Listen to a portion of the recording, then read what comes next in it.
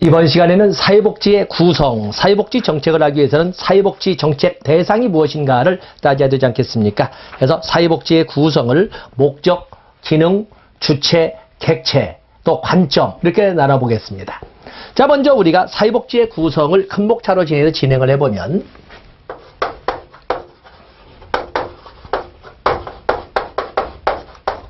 사회복지의 구성은 먼저 목적, 무엇을 사회복지의 목적으로 할 것이냐 하는 문제가 있는데, 사회복지, 결국에 인간다운 삶의 조성이란 말을 다양한 표현으로 이렇게 할 수 있을 겁니다. 그렇기 때문에 목적은 우리가 그 인간 존엄의 확보니, 건강한 또는 건전한 성장 발달도 뭐니, 또는 뭐 정상화니, 사회 통합이, 이런 말들을 등을 적어놨습니다만 그냥 목적으로 설명하시고, 그 다음에 사회복지에 보면은 사회복지의 기능, 사회복지의 기능이 나와 있습니다. 사회복지의 기능은 우리가 두 개의 목차를 같이 연결해서 보면은, 우리가 살고 있는 이 지역사회나 공동체에서 사회복지의 기능에는 사회 통제의 기능도 있고, 사회 통제의 기능도 있고, 사회 통합의 기능도 있고, 사회화의 기능도 있고, 또 그런가 하면은 생산 분배 소비와 같은 경제 기능도 있고, 또 그런가 하면은 상부 상조의 기능도 있습니다. 이런 등의 기능을 들어볼 수가 있습니다. 사회 통제의 기능이라고 하는 것은 하나의 규범에 모든 공동체 구성원들이 하나의 규범에 일치하도록 하는 이런 기능은 사회 통제 기능이라고 합니다. 나중에 지역복지론에서 지역사회 복지를 제가 다시 한번 다루겠습니다. 하나의 공동체 구성원으로 하여금 하나의 규범에 일치하도록 영향력을 행사하거나 압력을 행사하는 것을 바로 사회 통제 기능이라고, 사회 통제 기능은 주로 빼겠습니다. 사회 통제 기능은 주로 정치 제도가 이를 행사한다고 이렇게 표현을 합니다. 사회통합의 기능이라고 하는 것은 공동체 구성원이 하나의 실체로서 하나의 실체를 형성할 수 있도록 이렇게 이끌어가는 기능을 말하는데, 이런 사회통합, 하나가 되어 하나로서 이루어지는 이런 사회통합의 기능은 주로 우리의 현실에는 맞지 않지만,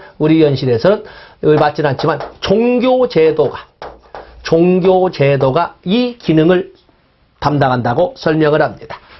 그에 비해서 사회화의 기능이라고 하는 것은 사회화, 공동체 구성원들이 공유하는 삶의 방식, 공유하는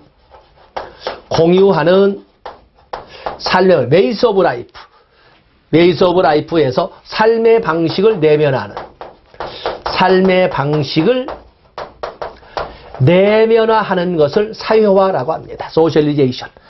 공동체 구성원들이 공유하는 가치관이나 신념이나 또는 기술이나 지식, 관습, 규범 등을 내면화하는 정식 성원이 되어가는 과정을 바로 이 사회화 과정이라고 하는데, 사회화 과정은 주로 가족 제도가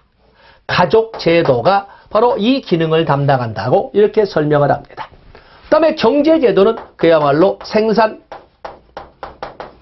분배, 소비 등의 기능을 담당한, 요것은 경제제도가 이 기능을 주된 기능으로 한다라고 설명을 합니다. 그에 비해서 상부상조 또는 사회연대의 기능이라고 하는 것은 주로, 사회연대와 사회통합은 다릅니다. 사회통합이라고 하는 것은 하나로서 하나가 되는, 하나의 동질성 회복을 통해서 하나를 이루는 것을 사회통합이라고 하는 것이고, 사회연대라고 하는 것은 달라도 같이 잘 사는 사람도 못 사는 사람도, 장애가 있는 사람도 장애가 없는 사람도, 종교가 달라도 성별이 달라도 나이가 달라도 같이 살아가는 사회연대적 기능은 주로 이것을 복지제도가 운영한다라고 이렇게 설명하고 있는 것입니다. 그래서 이 교재에 있는 사회복지의 기능, 그리고 2번에 1번 사회제도와 사회복지의 기능을 동시에 이어서 하나로 틀을 짜봤습니다. 하나로 틀을 쪄봤다. 그래서 이렇게 목적과 기능을 설명을 해봤습니다. 그런가 하면은 이제는 거기 보면 사회복지 관점에 따른 사회복지의 기능이 나와 있는데 그건 추후에 또 설명할 때가 있을 거고 또 이번에는 사회복지 구성의 원 이렇게 됩니다. 사회복지 구성 2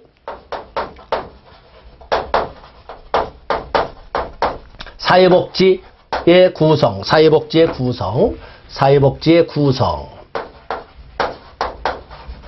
을 2로 이렇게 우리가 목차를 잡아본다면 여기는 이제는 사회복지의 주체와 사회복지의 객체를 가지고 설명할 수가 있습니다. 사회복지의 주체라고 하는 것은 첫 번째 전통적 사회에서는 주로 민간 부문이 사회복지의 주체의 역할을 했어요. 개인이 또는 종교단체가 또는 불학이 민간 부문이 바로 복지 주체의 역할을 합니다. 민간 부문이. 그에 비해서 1930년대라고 하는 것은 1929년 세계 대공황 이후 이때부터는 공공부문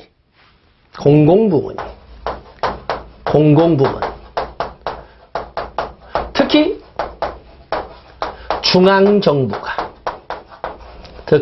중앙정부가 사회복지의 주체로서의 역할을 합니다. 그러다가 1980년대 이후 1980년대는 1970년대 복지국가의 위기 이후 이렇게 설명할 수 있죠.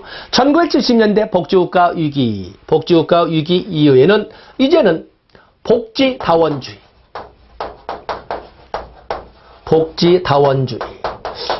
일부에서는 이를 경제적으로 분류하기도 하지만 그냥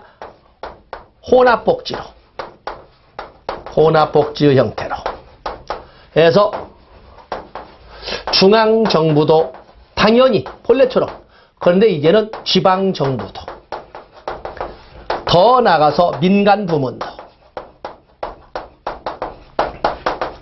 부문도 복지의 주체로서 역할을 하는 시대로 바뀌게 되는 겁니다. 현재 우리는 당연히 중심은 공공부문 그중에 중앙정부, 지방정부 이런 공공부문 중에 지금은 현재는 지방정부가 중심이 되어 있죠. 왜냐하면 우리나라도 2005년부터 지방 이양사업으로 이렇게 넘어왔기 때문에 지금은 복지의 주체가 지방정부를 중심으로 합니다만은 그래도 중앙정부의 역할이 사라졌다 이러지는 않습니다. 공공부문이 중심이지만 위치가 1970년대 복지국가 위기 전까지는 중앙정부였지만 지금은 지방정부로 이렇게 주체의 비중이 달라졌다. 다음에 객체로서는 사회복지의 객체로서는 우리가 1, 2로 설명할 수 있는데 사회적 욕구와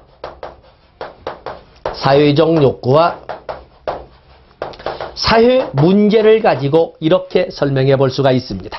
자, 먼저 우리가 교재를 같이 가지고 가서 보시면 거기 13쪽에 보시면은 사회복지의 주체, 전통사회의 복지의 주체는 바로 민간 부문이 개인이나 가족이나 불학이 바로 또는 종교단체가 사회복지 운영의 주체 역할을 하는 민간 부문이라고 적었습니다.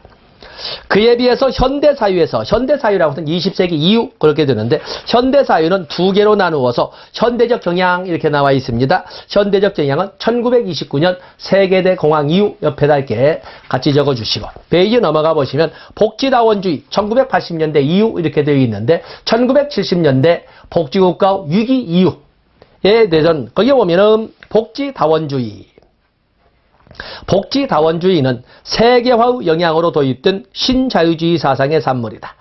사회복지의 주체를 다원화, 즉 사회복지의 책임을 정부 외에 기업, 종교, 사회단체로 분산시키는 것을 말한다. 그러면서 지방정부의 역할이 확대되고 더 나아가서 기업복지의 부문이 확대되어가는 이러한 그 흐름을 우리가 볼 수가 있습니다. 교재에서는 거기에 보면은 3번 정부가 직접적인 운영자의 입장에서 물러나는 대신 운영을 각종 민간단체에 맡기거나 지방정부의 역할이 확대되는 형태로 나타난다.